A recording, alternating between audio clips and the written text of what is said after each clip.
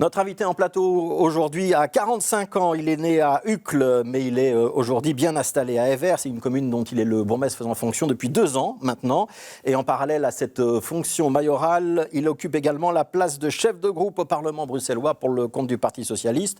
Il a dans le passé été un des proches conseillers de Loreton Koellings.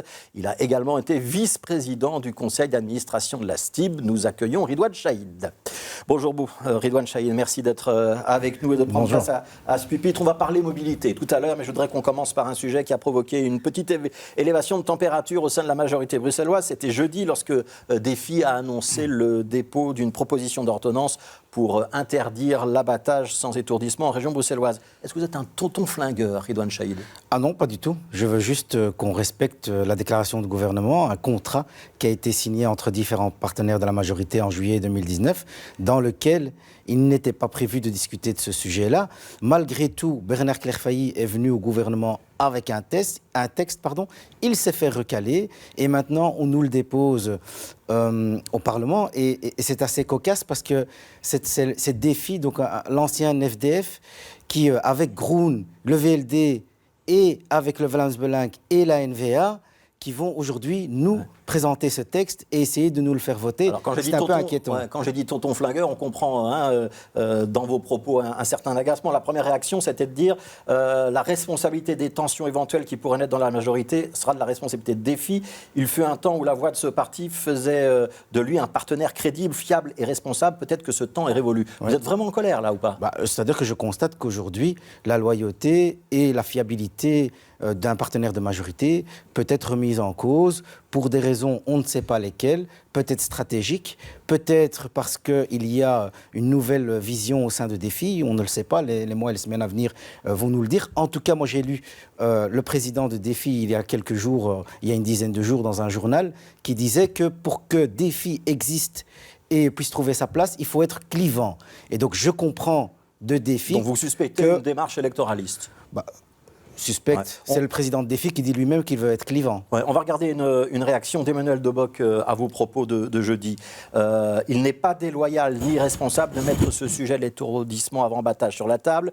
Et être parlementaire, c'est exprimer et défendre ses opinions, respecter celles des autres, pas les interdire, a-t-il ajouté en vous appelant à plus de retenue. Donc déclaration d'Emmanuel Debock jeudi en fin de journée. Vous n'avez quand même pas tapé un petit peu fort et vous n'êtes pas encore en train de taper un petit peu fort en disant que Defi n'est plus un partenaire loyal. C'est tout à fait anormal de déposer un texte au Parlement quand il n'est pas dans l'accord de gouvernement. On sait pourquoi c'était pas dans l'accord de gouvernement, il n'y a pas d'accord. Ah non, pas du tout, c'est pas anormal. Mais à un moment donné, quand on est entre partenaires de majorité et qu'on a un contrat qu'on a signé ensemble en juillet 2019 pour une période qui va jusqu'en 2024, on est censé préserver la cohésion au sein de la majorité et faire en sorte que la majorité soit unie. Il n'était pas acquis que ça viendrait au Parlement à ce moment-là, cette question ? En tout cas, il n'était pas clair que ça devait venir d'un partenaire de la majorité. Ouais. En Wallonie, le Parti socialiste, il a voté l'interdiction de l'abattage sans étourdissement. Oui. Il y a 2 PS, un PS wallon, un PS bruxellois. Mais non, mais M. Grofil, si on avait voulu que les Wallons et les Flamands gèrent Bruxelles, on n'aurait pas créé la région bruxelloise.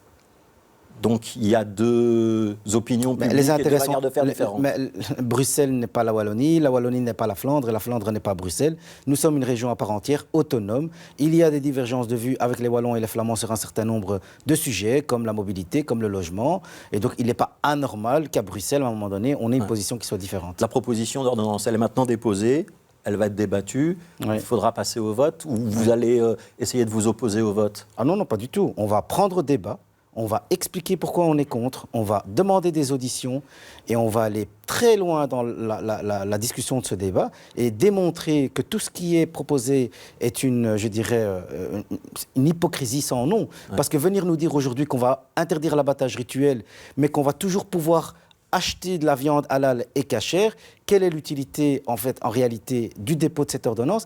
Et ce qui est le plus inquiétant, je pense, dans le dépôt de cette ordonnance, c'est qu'elle est soutenue d'abord par la NVA, mais surtout par le Vlaams Belang. Et ça m'inquiète encore plus. Ouais. La raison de votre opposition, c'est quoi ? C'est une question de vivre ensemble, de respect des religions, ou c'est une question économique, protéger les intérêts de certaines entreprises abattoirs d'Anderlecht ? Alors c'est les deux, c'est d'abord préserver évidemment la cohésion sociale au sein de la région, et puis après, effectivement, comme vous l'avez dit, l'abattoir d'Anderlecht est un poumon économique à Bruxelles, c'est au minimum 300 emplois. Et donc, il faut pouvoir préserver ces emplois. Moi, j'attends du ministre de l'Emploi qu'il soit le ministre qui crée les conditions de l'emploi et pas qui crée les conditions du chômage. Je pense que c'est important. Dernière question, vous dites qu'il faut un long débat, on fera des auditions. On fera comme le vote avant la fin législature? Oui. Ouais. Là, il n'y aura pas d'obstruction, ni de flibus pour empêcher le vote de la part part là, du pas PS. du tout. Alors, je peux vous dire que non seulement il y aura un débat, il y aura des auditions et nous nous positionnerons pour pouvoir voir clair. Parce que je sais même qu'au sein de Défi, tout le monde n'est pas d'accord sur cette question-là. Et donc, je pense que les masques vont devoir tomber par rapport à cette hypocrisie et au fait qu'on essaye de stigmatiser à chaque fois une certaine catégorie de la population. D'ailleurs, ce que nous demandions depuis le début, ce n'est pas un texte seulement sur l'abattage. Ce que nous voulions, c'est surtout qu'on puisse discuter du code du bien-être animal, un texte que nous attendions depuis 2 ans. Et qui n'est pas là. Et qui n'est toujours pas là. Encore. Alors, autre dossier sensible, la gestion de la crise sanitaire et la contestation qui s'exprime parfois de manière très violente. On l'a vu avec la manifestation d'hier. Oui. Parfois de manière nettement moins violente, mais quand même avec un petit non-respect des règles sur la quarantaine, sur le contrôle des CST, des choses de ce genre-là. Oui. Il y a un ras-le-bol de la population, il faut en tenir compte? Alors, il y a un ras-le-bol de la population, il faut effectivement en tenir compte. Mais on ne peut pas accepter la violence. La violence n'est pas permise. Donc ça, c'est sur la manifestation d'hier. Ne peut pas être tolérée, quelle qu'elle soit, et encore plus quand on dégrade des mobiliers urbains, quand on touche à une profession comme les journalistes, ça ne peut pas se faire. Il faut préserver ce cadre-là. Et moi, je peux entendre que les gens en aient marre. On peut l'entendre, ça fait 2 ans qu'on est tous dans des conditions très difficiles. Moi, ça fait 1 an et demi que je discute avec des gens qui veulent toujours pas se faire vacciner ou qui ont un autre point de vue que le mien. Je rappelle quand même qu'à partir de mars 2020, il y a eu des morts, notamment dans les maisons de repos. Je pense qu'il faut de temps en temps le rappeler. Tout ça, on peut l'entendre, on peut discuter, on peut débattre. Mais nous ne sommes pas dans une république bananière, nous sommes dans une démocratie et on doit pouvoir s'entendre, communiquer, dans le respect des uns et des autres. Sur le terrain, vous êtes bourgmestre. Hein, oui. On doit continuer à faire de la pédagogie. Oui. Ou est-ce qu'on ne doit pas un peu plus sanctionner ceux qui ne respectent pas les règles? Par exemple, le CST, dans l'ORECA, on sait que tous les établissements ne l'appliquent pas vraiment. Hein. Alors, je ne sais pas où, mais en tout cas, dans ma commune, j'ai encore fait le tour il n'y a pas très longtemps. Donc à Evere, tout le monde respecte? C'est-à-dire que la majorité le respecte. Moi, je ne suis pas pour, parce que je pense que dans le cadre de cette crise sanitaire, la sanction n'a jamais été, je dirais, très productive dans le cadre des mesures. Plutôt la pédagogie que les sanctions. Et moi, je suis toujours pour essayer d'expliquer au mieux pourquoi est-ce que ces mesures sont prises. Quand la vague Omicron sera passée, on nous dit que le pic va être atteint d'ici 1 à 2 semaines, qu'après ça va redescendre, il faudra assouplir les règles? Il faudra réévaluer et puis à ce moment-là, voir si on peut ou pas assouplir les règles. Mais je pense que dire aujourd'hui qu'il faut assouplir les règles, c'est un peu prématuré. Ouais, la gestion de la crise, il y a le comité de concertation au sommet de l'État, il y a un comité régional de sécurité avec Rudy Vervoort et l'ensemble des bourgmestres et des chefs de zone.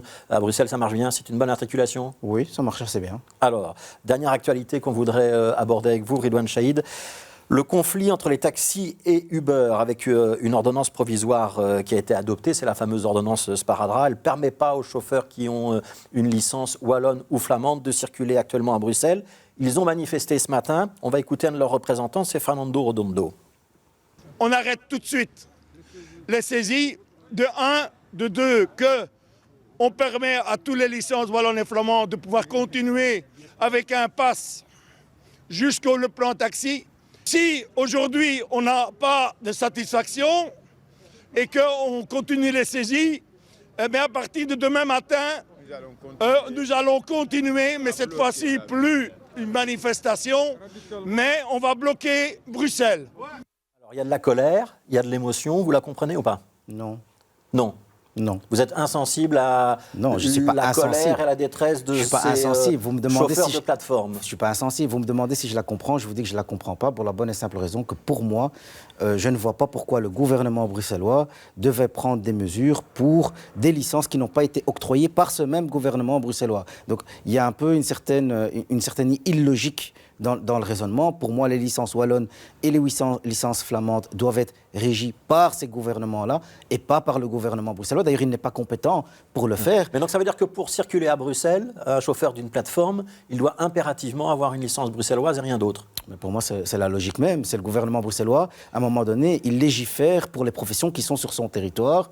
Il ne va pas aller légiférer pour une compétence qui dépend de la région wallonne ou de la région flamande. Ouais. Parfois, on fait du cabotage. Hein. On prend un client dans une région, on l'amène dans l'autre, et puis on revient. Ouais. Ça, c'est permis ou c'est pas permis?